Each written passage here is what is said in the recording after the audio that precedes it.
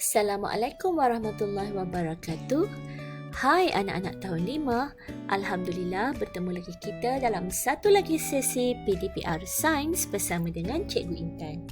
Baiklah, hari ini Cikgu Intan nak terangkan kepada kamu tentang cara untuk memelihara sistem di dalam tubuh manusia. Okey anak-anak, di akhir sesi PDPR kita kali ini, kamu akan dapat yang pertama, mengetahui kepentingan penjagaan semua sistem dalam tubuh manusia supaya berfungsi dengan sempurna. Dan yang kedua, menjana idea cara memelihara sistem dalam tubuh manusia bagi menjamin kehidupan yang sihat. Jadi, jom kita teruskan. Tahukah kamu bahawa sistem dalam tubuh kita perlulah dijaga dengan baik supaya tubuh manusia dapat berfungsi dengan baik dan sempurna? Jadi, bagaimanakah agaknya kita dapat memelihara sistem di dalam tubuh bagi mengekalkan kehidupan yang sihat? Okey, jom cikgu terangkan. Sistem pertama yang perlu kita jaga ialah sistem rangka. Cara untuk kita menjaga sistem rangka agar kekal sihat adalah yang pertama dengan mengambil makanan yang kaya dengan kalsium. Kenapa dengan kalsium? Kalsium dapat membina tulang yang kuat. Contoh bagi makanan yang mempunyai kalsium ialah susu, dan juga produk tenusu seperti keju. Cara yang kedua ialah dengan melakukan aktiviti fizikal. Aktiviti fizikal seperti berlari, melompat dan menari dapat menguatkan tulang kamu. Jadi, kesimpulannya kamu mestilah selalu bersenam dan beriadah supaya sistem rangka kamu kekal kuat dan sihat. Yang ketiga ialah dengan memakai alat pelindung dan tali pinggang keledar. Kamu hendaklah menggunakan topi keledar ketika menunggang motosikal atau basikal. Begitu juga dengan alat pelindung siku, lutut dan pergelangan tangan perlulah digunakan apabila perlu. Seterusnya, kamu jangan lupa untuk memakai tali pinggang keledar sewaktu menaiki kenderaan. Ini semua bagi memastikan sistem rangka kita berada dalam keadaan yang selamat. Baiklah, sistem seterusnya yang perlu kita jaga ialah sistem pernafasan. Apa pula cara untuk memastikan sistem pernafasan ini dalam keadaan yang baik ya?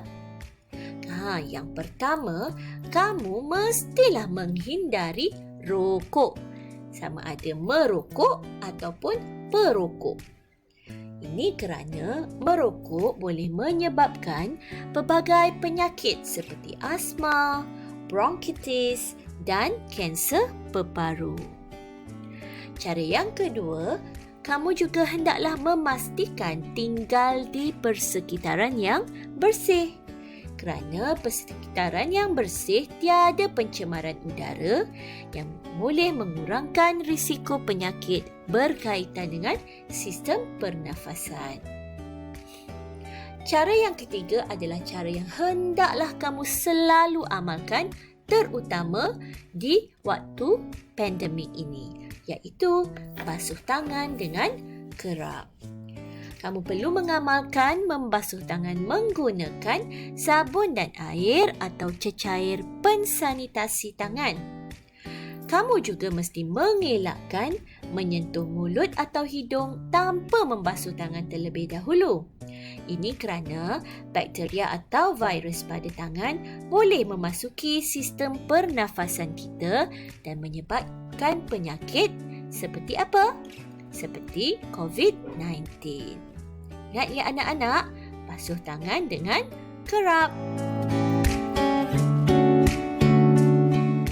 Sistem yang ketiga ialah sistem peredaran darah. Sistem peredaran darah, kamu telah ketahui merupakan salah satu sistem dalam badan yang amat penting. Bagaimana cara untuk kita memastikan sistem peredaran darah kita berada dalam keadaan yang sempurna? Kita mestilah kurangkan pengambilan makanan yang mengandungi lemak yang tinggi dan juga kandungan gula yang tinggi. Ini kerana pengambilan makanan yang mengandungi lemak berlebihan akan menyebabkan kolesterol berkumpul dalam salur darah dan membentuk plak kolesterol. Seperti dalam gambar raja ini, yang berwarna kuning ini ialah yang cikgu maksudkan sebagai plak kolesterol. Apa yang plak kolesterol ni lakukan dalam salur darah kita? Plak kolesterol ini dia akan menyempitkan saluran darah dan seterusnya jantung perlu bekerja dengan lebih kuat untuk mengepam darah. Jadi bila ada plak kolesterol di kawasan ini, kawasan ni dah jadi sempit. Bila kawasan dah jadi sempit, darah kita sukar untuk melalui salur darah. Dengan itu, jantung pula terpaksalah bekerja dengan lebih kuat untuk mengepam darah bagi memastikan darah dapat mengalir ke seluruh badan dengan sempurna. Jadi ingat ya, kurangkan pengambilan makanan yang mengandungi lemak dan kandungan gula yang tinggi. Cara yang kedua ialah bersenam. Dengan senaman yang betul dan secara berkala, maksudnya secara kerap, dapat menguatkan otot jantung. Bila otot jantung kita kuat, dia dapat mengepam darah dengan baik ke seluruh badan. Baiklah, sistem yang keempat ialah sistem pencernaan. Macam mana pula cara kita nak menjaga sistem pencernaan ini? Yang pertama, kita hendaklah makan makanan yang kaya dengan serat. Apa contoh makanan yang kaya dengan serat ni? Seperti sayur-sayuran, buah-buahan dan juga bijirin. Contoh makanan seperti ini amat bagus untuk memudahkan proses penyingkiran tinja supaya kamu dapat bernyah tinja dengan sempurna setiap hari. Cara yang kedua yang paling penting ialah kita hendaklah minum air secukupnya. Sekurang-kurangnya 8 gelas sehari. Untuk apa kita minum air secukupnya ni? Supaya kita dapat melancarkan sistem pencernaan kita. Jadi anak-anak, faham tak bagaimana kita dapat memelihara kesemua sistem dalam tubuh manusia?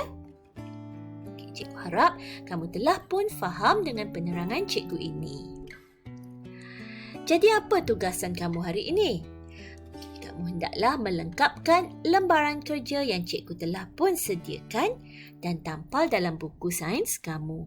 Jika kamu tak boleh mencetak lembaran kerja tersebut, kamu boleh salin di dalam buku sains kamu. Itu sahaja pelajaran kita pada hari ini. Terima kasih kerana kekal sehingga ke akhir video cikgu. Dan cikgu harap kamu dapat memahami tajuk kita pada hari ini. Okey anak-anak, itu sahaja. Bye.